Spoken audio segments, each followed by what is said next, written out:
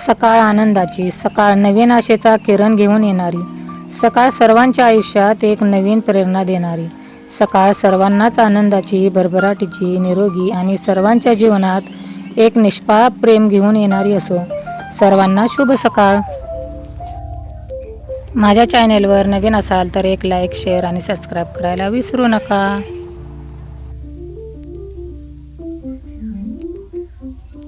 सगळ्यांना माझा नमस्कार. आनंदी राहा, निरोगी राहा हीच ईश्वरचरणी प्रार्थना. आजच्या माझ्या नवीन एका छोट्याशा ब्लॉगमध्ये तुम्हा सर्वांचं स्वागत करते. तर बघा, आज म्हणजे एवढ्या दिवस पाऊस नव्हता, सततचं एवढं म्हणजे ऊन होतं आणि म्हणजे 4-8 दिवस चांगलं ऊन पडलं आणि नाहीतर कंटिन्यू असं झाकाळलेलंच होतं. आता काल रात्री एवढा पाऊस पडला की 4ला जे पाऊस सुरू झाला तो सकाळी 7 वाजेपर्यंत पाऊसच पाऊस होता. एवढा पाऊस झाला की भरपूर पाऊस झाला, म्हणजे आमच्या शेतातून पूर्ण पाणी बाहेर काढलं. आणि सकाळी आमच्या यांना तर म्हणजे टिकावण खोरं घेऊनच शेतात जावं लागलं, कारण लहान लागणी ऊसाच्या, त्यामुळं पाणी साठून राहिलं की पिवळ्या पडतात, त्यामुळं पहिलं सगळं पाणी काढून दिलं. आता आमच्या इकडे शेतकऱ्यांना सगळ्यांना हेच काम सकाळी लागलं, पाणी बाहेर काढून द्यायचं. आता सगळं काम झाल्यावर शेतात आलो दोघं घास कापण्यासाठी.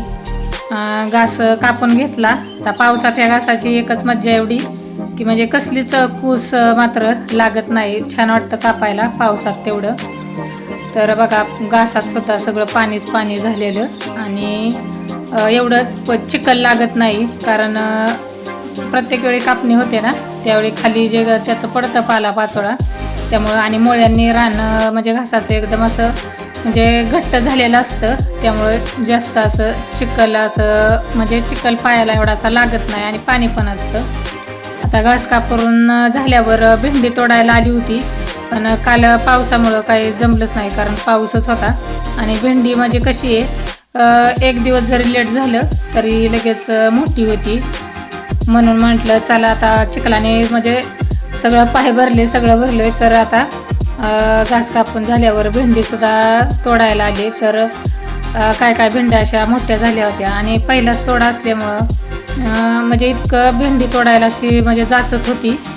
थोडीशीच भेंडी, पण इतकं म्हणजे हाताला सुद्धा म्हणजे असा त्रास होत होता तोडायला, का तर जाचत होती. कारण भेंडी एक तर अशी आहे, त्याला म्हणजे कुस पण असते जास्त, आणि पण आता ही थोडीच असल्यामुळं कुशीचा काय एवढं नव्हतं म्हणजे हाताला लागण्याची, नाहीतर गरे वगैरे पडतात भेंडी जर जास्त तोडायची म्हणली तर, पण तुटत नव्हती, त्यामुळं जास्त असा त्रास होत होता भेंडी तोडण्याचा. आता थोडीशीच लावलेली. आता पावसाने काय भेंडी जात नाही, भेंडीला म्हणजे पाणी काय सहन होतं किती जरी असलं तरी, पण पावसाने एवढा चिखल सगळा राडा झाला आहे, कारण आमच्या इकडची रानं अशी सगळी अशी काळवटी इथं, म्हणजे त्यामुळं जास्त असा चिखल होतो. आणि जास्त जर पाऊस जर झाला ना तर जास्त असं रोवून बसल्यासारखं होतं, असलं मात्र होतं. एवढं पाय चिखलाने भरतात की काय म्हणजे सांगायची सोय नाही. एवढं म्हणजे काळवट रानाचं म्हणजे फायदा म्हणजे भरपूर असतात, तसं पीक पण चांगलं येतं जोरदार. तर आता बघा, एवढी भेंडी सापडली, काही मोठी पण झाली, पण कवळी भेंडी. आता बघा सगळा राहडा कसला झालाय, सगळ्या चिखलाने सगळं पूर्ण पाय सगळं असं चिखलाचे बुड घातल्यासारखे झालेत. आता चारीत धुतल्याशिवाय पर्यायच नाही, मग आता चारीत गेलो. चारीत सुद्धा एवढं पाणी वाहत होतं, म्हणजे पूर्ण असं वर आलं होतं पाणी, एवढं पाणी वाहत होतं. पण वेग जास्त पाण्याला असल्यामुळं आता म्हणजे रात्रभर आणि दिवसभर पाणी वाहिल्यामुळं आता कमी झालंय, नाहीतर भरपूर पाणी वाहत होतं चारीला सुद्धा. आता चारीतून हातपाय स्वच्छ धुले, कारण चिखलाचा रापाट राडा म्हणलं की असंच असतं. आता आमच्या इकडे गड बघा एवढ्या लवकर आलेत विकायला, दारात सुद्धा येतात, त्यामुळे मग आम्ही दारातच घेतो. तर बघा, मग आता घट पण मग घेऊन टाकला, आणि वार पण म्हणलं नाही का चांगला आहे मंगळवार, त्यामुळं म्हणलं घट पण घेऊया, वार पण चांगला आहे. मग आत्या बोलल्या की घेऊन टाक, मग घट पण घेतला. आणि आता ऊन तर नाही, पण साखरेला एवढ्या मुंग्या झाल्यात, तरी ते बोलत होते की जास्त आणतो साखर म्हणून दिवाळी सकट. तर मी तरी नको म्हणलं, म्हणून तरी थोडक्यातच आणली होती बघा 20 किलो साखर. पण आता एवढ्या म्हणजे मुंग्या झाल्यात की म्हणजे रोज आयुष्य आणि श्रेया चहा करताना त्यांची ओरडाओरड सुरू होती माझ्या भोवती की मम्मी त्यातल्या मुंग्या काढ. पण मला पण आता 4-5 दिवस झालं मला पण काही म्हणजे हातच लागला नाही. आता चला म्हणलं म्हणजे मुंग्या सगळ्या आता चाळून घेऊया. आता आपली पिठाची चाळणी असते ना त्यांनीच मग मुंग्या मी चाळून हे साखर चाळायला सुरुवात केली. आता पोरींचा तिकडून कालवा येत होता काय चाळणीतून मम्मी खाली मुंग्या पडतात का, तर म्हणलं हो पडतात, कारण मी बऱ्याच वेळा हे तसं केलेलं आहे. कारण थोड्याफार जर मुंग्या झाल्या तर आत्ता पण एवढ्या नाहीत, पण थोड्याफार जरी आल्या तरी आपल्याला नको वाटतं ते. म्हणून म्हणलं चला चाळून घ्यावं एकदा सगळं, म्हणजे स्वच्छ होईल साखर. कारण त्यांची रोज सुरू आहे सकाळ संध्याकाळ माझ्या मागं घरानं की एवढ्या मुंग्या आहेत मम्मी, मग तुझा तू चहा कर.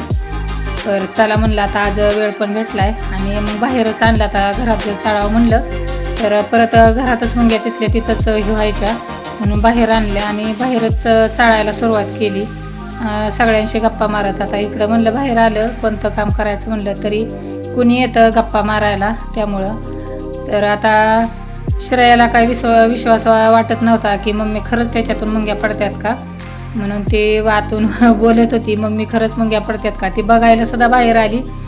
तर म्हणला ग हो मुंग्या बाहेर पडतात, तू नको काळजी करू. आणि कसं होतं मुंग्या म्हणलं की आपण चहा करायला गेलो किंवा कशात जरी टाकायचं म्हणलं तरी घाणच वाटतं. आणि साखर ही अशी गोष्ट आहे की एकदा का मुंगी चिकटली कुठून की म्हणजे अख्खी त्यांची लाईनच लागती, असं झालं होतं. आणि त्यात म्हणजे एरियाच्या पिशवीत म्हणजे आणून ठेवलेली होती साखर, ओतनंच झालं नव्हतं, त्यामुळं म्हणजे मुंग्या लागल्या त्याला. नाहीतर पिंपात ओतल्यावर एवढ्या काही म्हणजे मुंग्या होत नाहीत, कारण खडूही ओढूनच ठेवावा लागतो.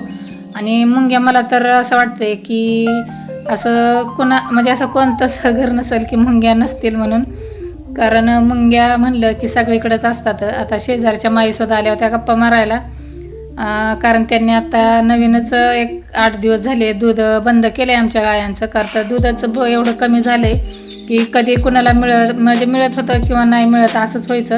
त्यांना 2-4 वेळा माघारी जावं लागलं. त्यामुळे बोलल्या की 1 महिन्याने तुमची गाय दुसरी वेली की मग न्यायला मी परत सुरुवात करील. पण एवढं त्यांनी हसवलं, बोलत होते अगं दुसरी कोण म्हणजे रतीब सुरू केला आहे दुधाचा.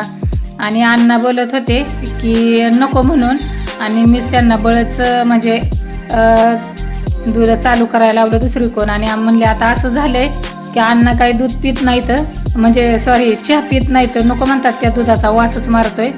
अण्णा म्हणतात पी तुझा तूच. म्हणून अण्णा काय करतात, अण्णा जातात फाट्यावर चहा प्यायला आणि माईंना एकटीनंच त्याचा चहा प्यायला लागतोय. माई बोलल्या की मला सुद्धा चहा त्याचा पिऊ वाटाना, पण मी आता म्हणजे मी पण आता म्हणजे रतीब लावून फसले, माझं असं झालंय म्हणले, आता काय करू मला सुद्धा पिऊ वाटाना म्हणले. मी सुद्धा म्हणजे मी सुद्धा अर्धा कपच चहा घेते, ते पण एकच टायमिंग. म्हणजे म्हणजे मी असं त्या ह्याच्यात सापडले पेचात, मी सुरू करायला लावलं आणि मलाच पिऊ वाटाना असं झालंय.